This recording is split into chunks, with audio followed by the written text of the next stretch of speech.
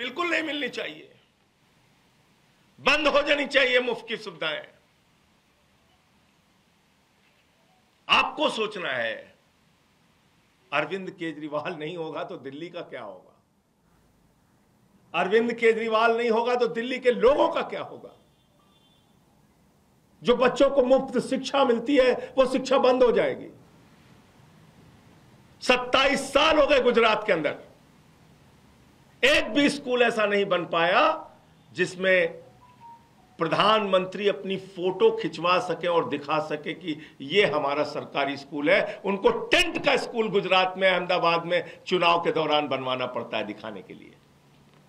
एक स्कूल नहीं बनवा पाए देश के प्रधानमंत्री 27 साल के शासन के बाद गुजरात के अंदर। पूरे देश में बताइए, भारतीय जनता पार्टी शासित राज्यों में जो स्कूल अरविंद केजरीवाल ने बनवाया, ऐसा एक स्कूल किसी राज्य में बनाओ। बच्चों के लिए मुफ्त शिक्षा की सुविधा, मोहल्ला क्लिनिक की सुविधा, जहां फ्री दवा, free test, free ultrasound, free इलाज, ये बंद हो जाएगा। ये मोहल्ला क्लिनिक बंद कर देगी बीजेपी, ये मुफ्त की दवाएं बंद कर देगी, क्योंकि वो तो दिल्ली के लोगों को अपमानित करते हैं, कहते हैं मुफ्त खो रहे हैं, मुफ्त खो रहे हैं। याद रखना, आपको गालियां देते हैं ये तो अरविंद केजरीवाल है जो लड़ लड़ के आपके लिए सुविधाएं लेके आते हैं। 9 दिन तक एलजी के घर पे धरने पर बैठ के कहते नहीं मोहल्ला क्लिनिक की फाइल पास करो। अरविंद केजरीवाल नहीं होंगे तो ये मोहल्ला क्लिनिक बंद होंगे। फ्री बिजली लोगों का सपना था। दिल्ली के अंदर चुनाव प्रचार में अरविंद केजरीवाल जी जाते थे, लोग हाथ पकड़ लेते थे, कहते थे हमारी झुग्गियों में हजारों का, लाखों का बिल आया है केजरीवाल साहब। वो अरविंद केजरीवाल है जिन्होंने कहा गरीब के घर में रोशनी तो होनी चाहिए, लेकिन उस रोशनी की कोई कीमत नहीं होनी चाहिए। फ्री बिजली किया। हिंदुस्तान की आजादी के बाद पहला मुख्यमंत्री जिसने फ्री में लोगों तक बिजली पहुंचाने का काम किया वो अरविंद केजरीवाल हैं। अगर जिस दिन अरविंद केजरीवाल नहीं होंगे, मुख्यमंत्री नहीं बनेंगे, तो ये फ्री बिजली की सुविधा भाजपा बंद कर देगी। फ्री पीने का साफ पानी, 24 घंटे फ्री बिजली, फ्री पानी, और इन सब के बावजूद मुनाफे का बजट दिल्ली को दिया। माताएं बहनें जो हमारी मजदूरी करती हैं, हमारी बच्चियां जो कॉलेज में जाती हैं, जिसका पिता रिक्शा चलाता है, ठेला लगाता है, वो सुबह उठता था तो अपनी जेब की तरफ देखता था। बेटी को स्कूल भेजना है, कॉलेज भेजना है, जेब में पैसा होगा तो बेटी कॉलेज जाएगी, वरना नहीं जा पाएगी। इस दर्द को दिल्ली के मुख्यमंत्री अरविंद केजरीवाल ने समझा। उन्होंने कहा बेटियों के लिए, माताओं बहनों के लिए, मजदूरी करने वाली हमारी माताओं के लिए बस की यात्रा फ्री होगी। केजरीवाल नहीं होंगे तो ये बस की यात्रा की फ्री सुविधा खत्म होगी।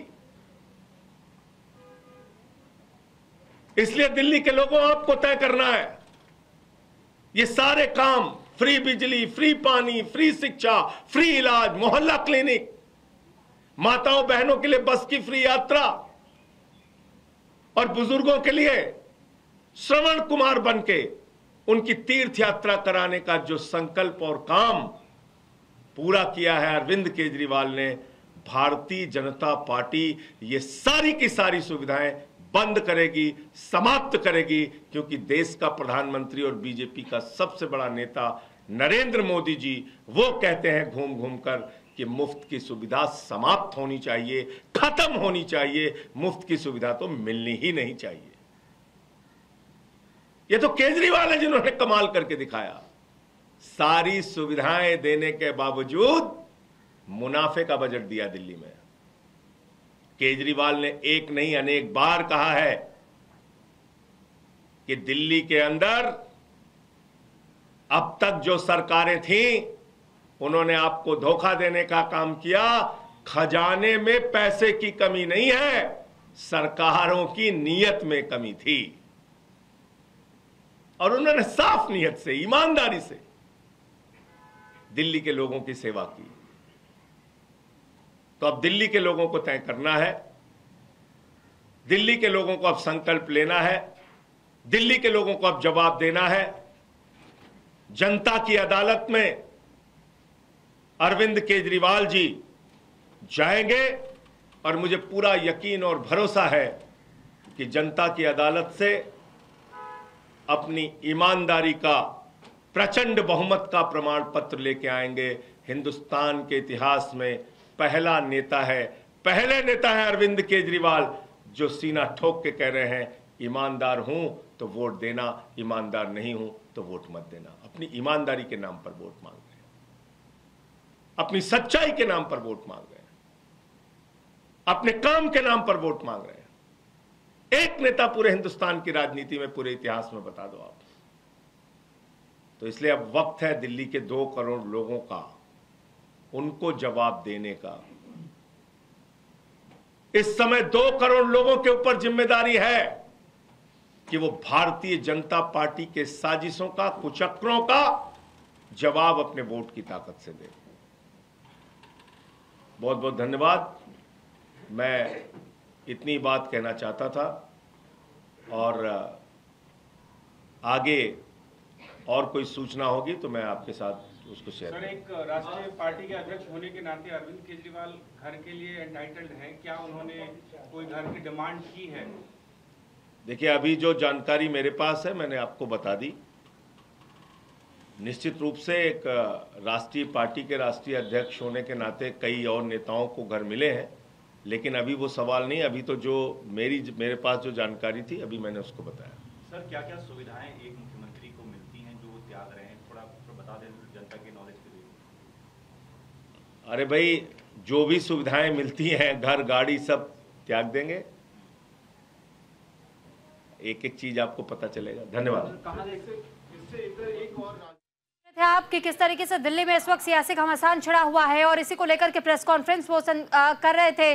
साथ ही संजय सिंह ने बीजेपी पर तीखा हमला बोला है। बीजेपी को लेकर के उन्होंने कहा है कि ये हमेशा से आम आदमी पार्टी को बदनाम करने की कोशिश करते हैं और साथ ही आम आदमी पार्टी अगर आम जनता के लिए काम करने की कोशिश करती है तो काम करने से भी रोका जाता है। और इससे पहले आपने देखा भी कि किस तरीके से अरविंद केजरीवाल को भी जेल जाना पड़ा था, उसके पीछे भी एक मंशा बीजेपी की छिपी हुई थी। केंद्रीय जांच एजेंसियों के वो हर बार किसी न किसी के पीछे लगा देते हैं और इस बार अरविंद केजरीवाल को फंसाया गया था। तो फिलहाल आम आदमी पार्टी की ओर से बड़ा हमला बोला गया है।